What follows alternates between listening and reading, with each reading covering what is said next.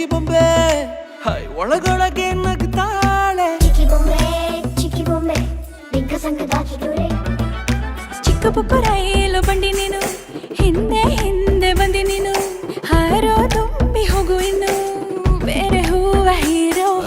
ಪಟಾಕಿ ಬತ್ತಿ ಹಚ್ಚೋಕೆ ಕಡ್ಡಿ ಗೀರೋ ಹೀರೋ